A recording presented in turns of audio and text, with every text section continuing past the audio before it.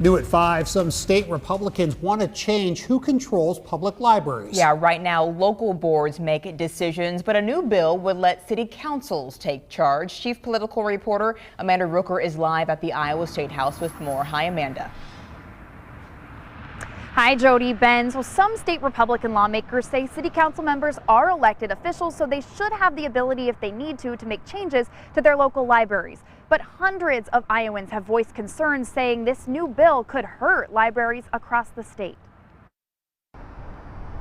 We want to make sure that we maintain integrity of our services and not be a political football. Sue Woody, the director of Des Moines Public Library, says a new Iowa House bill would take away independent oversight of public libraries. Right now, library boards set policy and oversee what books are in the library's collection.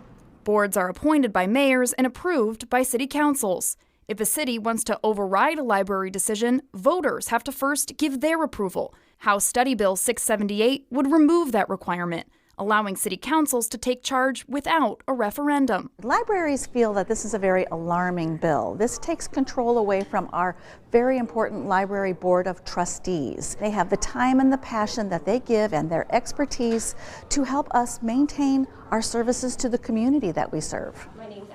The new bill comes months after Pella voters rejected a referendum that would have given their city council control of the library.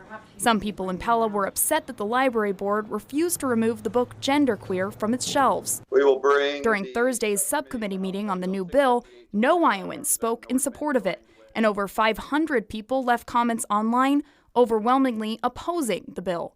But Republican State Representative Carter Nordman says there is support for the plan. I hear from all of you, but I also have a stack of papers here from city council members and from city administrators about issues with their libraries outside of any books or content in the libraries. Nordman says the bill would not force a city council to take over a library board. City council funds the libraries. There's personnel issues. There are taxpayer dollars being spent, and these are the individuals who are elected to make those decisions. And I asked Representative Nordman why this bill was written. He says it had nothing to do with the Pella referendum or allowing cities to have control over books and content in libraries. He says instead this idea came to lawmakers from some city officials who were having issues with their local libraries. He says those issues included things like, quote, the mismanagement of employee pay raises and cherry picking of city handbook policies when it comes to personnel matters. Now, Nordman did not specify which cities he was referring to.